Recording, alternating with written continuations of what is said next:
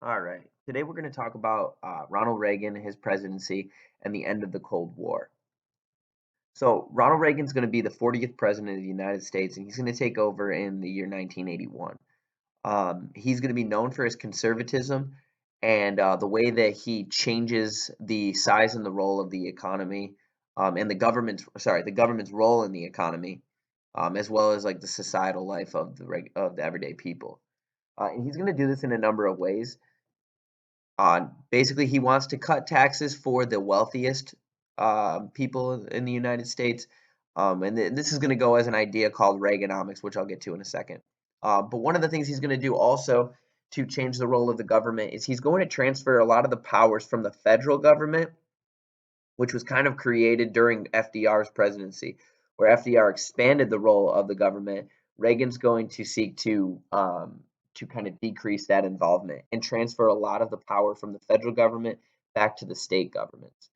And so these are things called unfunded mandates, where basically the states will have to do certain things and meet certain guidelines for the federal government without receiving any government funding for that.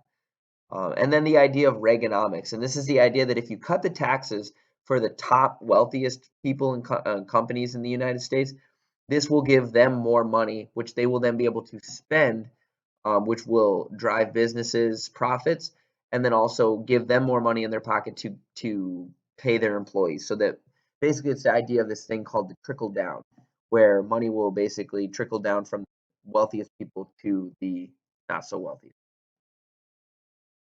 So if you look here, this is the four pillars of Reagan's policy. So number one, he wanted to reduce government spending. Then he wanted to reduce the tax rates for the people. He wanted to reduce the government regulation. And then he wanted to control the money supply to reduce inflation in the United States.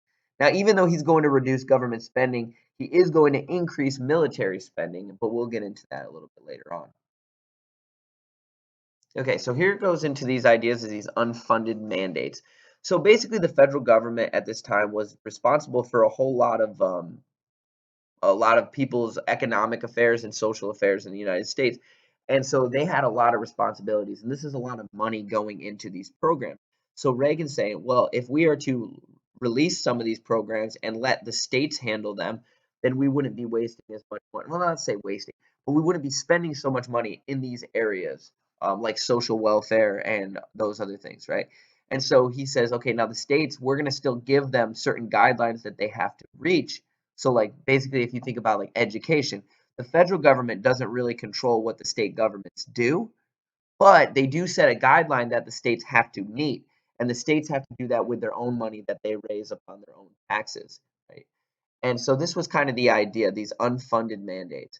And so again, this is the idea that the states would have to abide by these federal mandates without being given money to pay for these services. So they will find their own way to make this.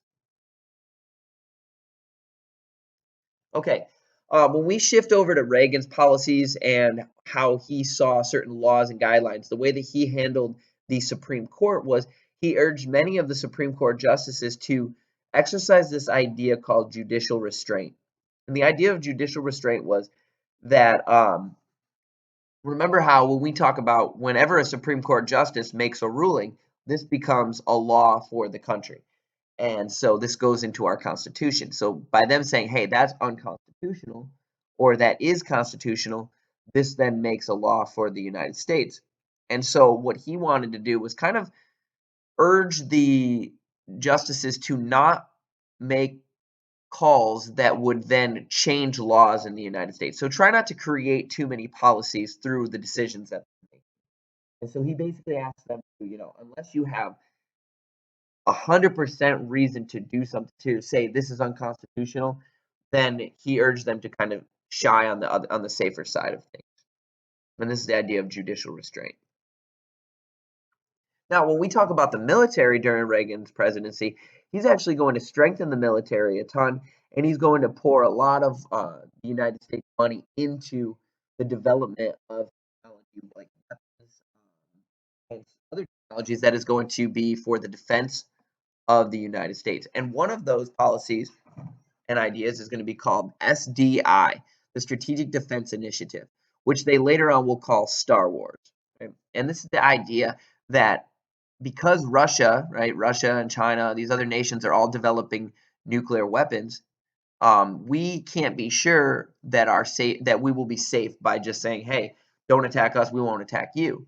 So, in a way to develop a system that would protect us, the idea of Star Wars or SDI was to create basically this defense shield over the United States of America. And the defense shield would basically be as missiles are coming in to hit the United States, we would be able to target those missiles and shoot them down before they are able to strike the United States. So it's a missile defense system that was the idea to be created then.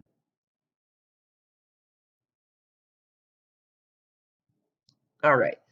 So I want to discuss the Reagan doctrine. This is another big thing that goes on during Reagan's presidency, and it's going to get us into a few different situations around the or not around the United States, but around the world. Now, remember, we're still following this policy where of containment and preventing communism from spreading, right? So Reagan's going to take it a step further with the Reagan doctrine. And this is the idea that rather than going into, like in Vietnam, where we put our own troops into Vietnam to stop it, we would actually support guerrilla groups, which in some form are like terrorist groups or rebel groups that are trying to overthrow governments in other countries. For example, you have Afghanistan, but the big one's going to be Nicaragua. So the big one's going to be Nicaragua during Reagan's presidency. So Nicaragua was already a communist country, and so what he's going to do is support what they called the Contra, which was this like guerrilla rebel group that wanted to overthrow the communist dictatorship that's there. So by the policy of the Reagan doctrine, we would actually give them money or give them weapons to help support their um, their rebellion, basically. And this is going to get us into some other issues here called the Iran Contra scandal. So in order to free up money to send to Nicaragua, Reagan is going to, well, there's a whole things that have to happen. So let's go back in time. Let's talk a little bit more about the hostage situation that's going on. So Iran is at war with Iraq, and so there's a situation going on between those two, and they need weapons, they need money, right? But Iran has been going around and supporting many terrorist organizations around the world, and we know this. So what happened was we set an embargo, which means to not trade with them. So there was an embargo on weapon sales to Iran. So we weren't able to really help them, but there was another scenario where Iran had, well, a terrorist group that was backed by the Iranian government had taken 7 American hostages up in Lebanon.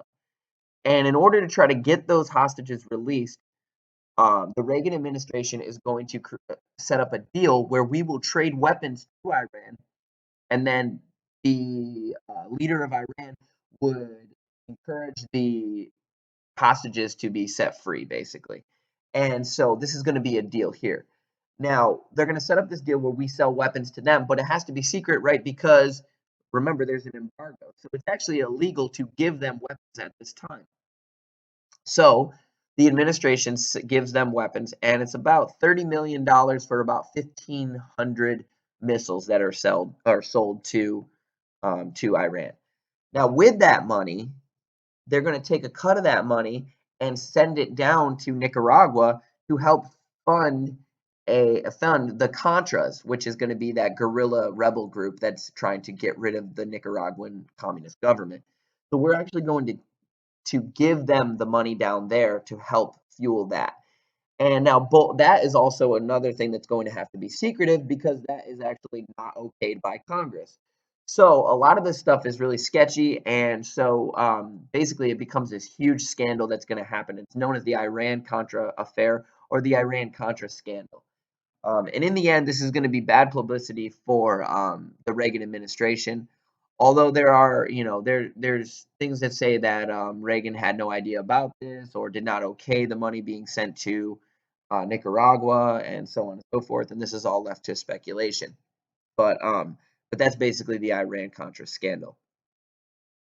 Okay, so let's just jump a little bit further into the economic policies of the Reagan administration. During this time, because there is an increased spending in the budget for defense and for the military, and we're also doing tax cuts, right? This is going to create what they call a deficit. So basically, our spending is way more than the money that we're taking in, and this creates basically like a debt. That's what a deficit is, right? And so because of that, taxes are then going to have to be raised later on. So he kind of contradicts what he was going to do there. And then here you can look at the deficits. So this is the Carter administration beforehand, and then during Reagan's administration, you see that like over the years, throughout the years there, you're going to see this large deficit. And again, that's just the difference between what's bought and sold.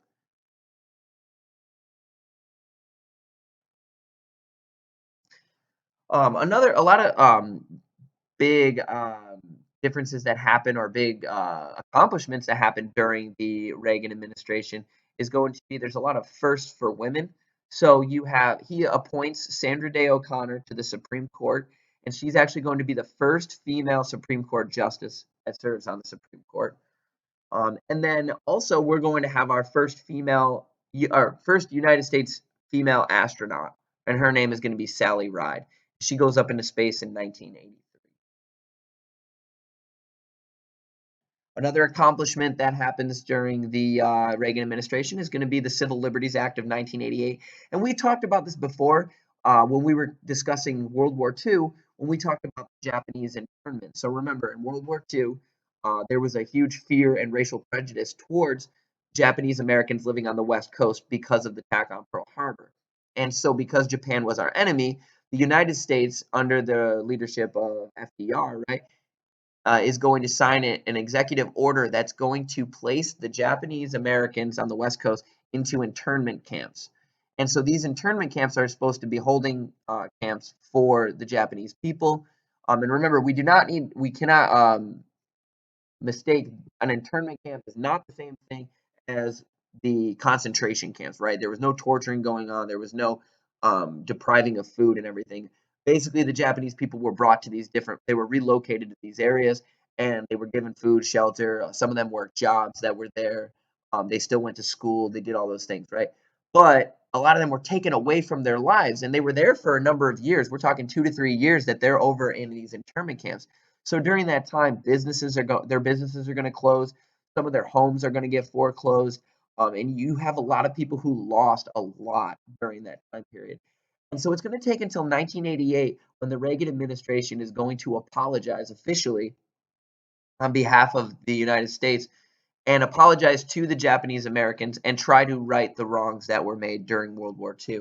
And so what this is going to do is it's going to compensate $20,000 to any surviving internees. So anybody who survived, who is still living at this point, and were interned during World War II, whether they were most of them would have been children. They were given $20,000 as compensation for that. But the argument is $20,000 worth 3 years of your life, and if you had lost your businesses and stuff, you had to start all over. But this was the official apology and the amount of money that they thought would right those wrongs. All right, and that's the end there. So tune in to part 2 for the end of the Cold War.